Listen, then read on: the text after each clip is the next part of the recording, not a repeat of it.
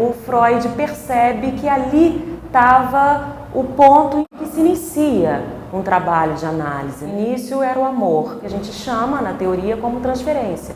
O amor de transferência. Eros, erótico, tem a ver com a questão do amor. De que maneira aquele sujeito se posiciona numa relação amorosa, seja ela de qual cunho for. O analista ele não sabe quando nem como essa transferência vai se estabelecer. É a mesma forma que se estabelece uma relação amorosa.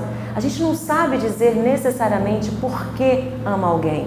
Tem alguma coisa ali que te captura. O desejo é sempre inconsciente, né? Claro que um analista ele não vai se aproveitar disso de uma forma a entrar naquele jogo amoroso do paciente. Ele vai receber esse amor, mas ele vai fazer o manejo disso, até para que nessa não resposta, oferecendo nada mais do que a falta para esse paciente, ele possa elaborar um saber a respeito do seu desejo.